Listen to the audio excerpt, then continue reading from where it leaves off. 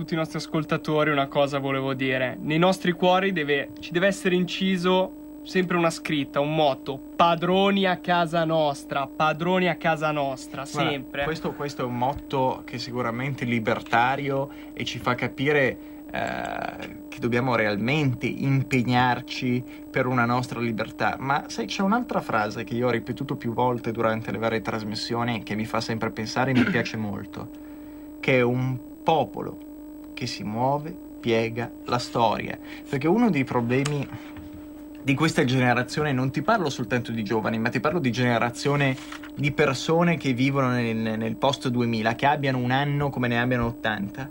Il problema è che non si fa lega, il termine non è scelto a caso, per emergere. C'è chi cerca anche lavorativamente i propri sistemi e la raccomandazione e l'aiutino, ma non c'è mai un'aggregazione per emergere, non ci sono i gruppi che si uniscono per emergere. Io mi ricordo nei periodi universitari, ma ti parlo, non ero neanche nato, ti parlo degli anni 70, l'iniziativa. Chi andava nell'università negli anni 70 forse se lo ricorda, che era un po' il movimento studentesco della DC, ma erano ragazzi che partivano con questi diciamo conglomerati, associazioni, o per iniziativa propria, quindi degli studenti, o per iniziativa addirittura dei professori, ma si univano e combattevano per delle tematiche serie, facevano dei dibattiti importanti. Ma è questo che i giovani di oggi devono fare comunque, cioè adesso, al di là delle idee politiche che possono essere diverse, no? Ma è bello vedere comunque un giovane che si impegna a livello politico. Certo però che andare, come abbiamo già detto prima, andare, sfasciare le vetrine, incendiare le auto, andare a distruggere i gazebo di chi non la pensa come te. Lì non sei un militante politico, lì non sei un libero pensatore, lì sei un delinquente. Sei un pirla anche,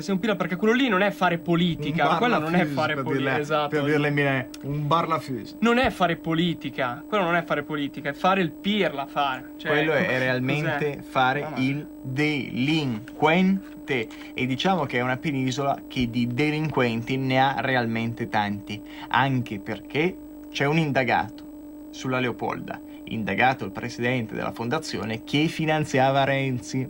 Quindi io non voglio dire, però il buon Alberto Bianchi, era adesso è dicono gli inquirenti che è coinvolto in un'inchiesta per traffico di influenze illecite, per cui diciamo che ci sono queste situazioni che a me fanno molto ridere, perché tu neoformi un partito e c'hai già dentro dei delinquenti o dei sedicenti tali, per cui mi fa molto ridere. E c'è anche da dire una cosa, che tra sinistroidi emergenti, riemergenti, resuscitanti, ce n'è uno che non mi aspettavo, cioè mi aspettavo dopo alcune dichiarazioni, ma che, ti devo dire la verità, a me non dispiaceva neanche agli inizi del governo giallo-verde. Lo guardavo e dicevo, ma guarda, non è neanche così antipatico, fa anche la sua figura a livello internazionale, parla le lingue, professore, eccetera. Ma Giuseppe Conte mi ha realmente deluso. Era addirittura alla festa di Articolo 1. Cioè, ma io direi, mi fa veramente ridere una persona che fa un cambio così radicale, di opinione. Ma tra l'altro una delle sue frasi che mi fa pensare è stato quando intervistato da Marco Travaglio, ma lei è uno storico elettore di sinistra, e lui sì, ma chi ha votato le scorse elezioni? Ho votato Movimento 5 Stelle, anche perché mi avevano candidato come futuribile ministro. Cioè, ma il ragionamento politico deve essere un ragionamento libertario, di pensiero, che rappresenta la tua ideologia, o deve essere un voto di interesse? Un voto di interesse, io voto perché poi mi aspetto che, io cambio poltrona perché mi aspetto che, cioè in un sistema così marcio, in cui se ci sediamo su una delle famose poltrone c'è il rischio che crolli tarlata, perché è divorata da questi tarli che l'hanno resa marcia. Di chi ci si può fidare? Chi si può votare secondo te, Matteo? Un partito serio, che è Lega. Il partito di Matteo Salvini.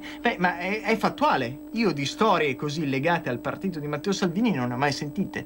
Io c'è da dire che non ho mai visto in Lega una persona fare un cambio così d'opinione.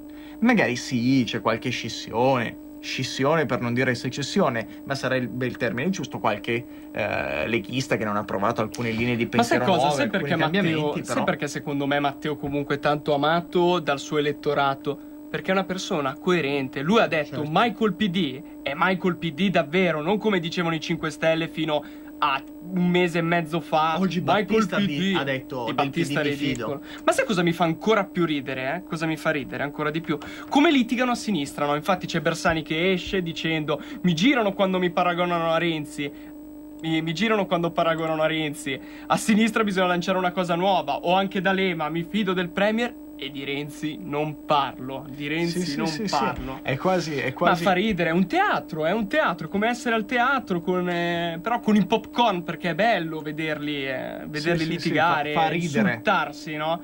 Tra di loro, no?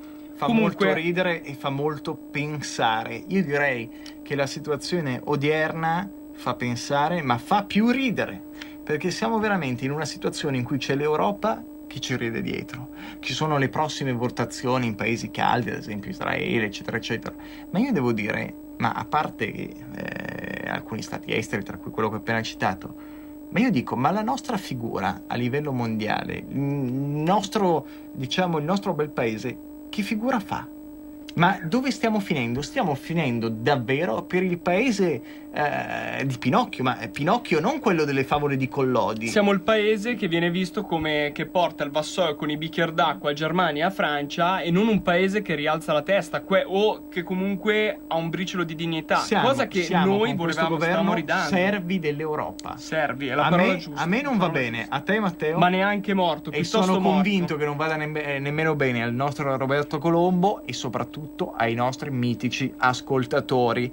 Ragazzi, noi siamo addirittura d'arrivo, vi lasciamo con un'ottima canzone e noi ci ritroviamo il prossimo giovedì, perché questo è un appuntamento, come vi ho già detto, settimanale, ma vi faremo compagnia ancora per molto molto tempo, con un format che è sempre e sempre attivo, non dei giovani, ma giovanile, perché noi puntiamo sul rendere giovanile un pochettino questo orario della sera e Assolutamente. rinfrancarvi mentre tornate a casa dalle mogli e dai figli. A risvegliarvi. Oppure ad soprattutto. aiutarvi a cuocere il brodo. Faremo un appuntamento donne padane in cucina con la mitica Vale Lucarelli. Ci sentiamo la prossima settimana. Un abbraccio e un bacio a tutti. Buona Padania! Buona serata a tutti.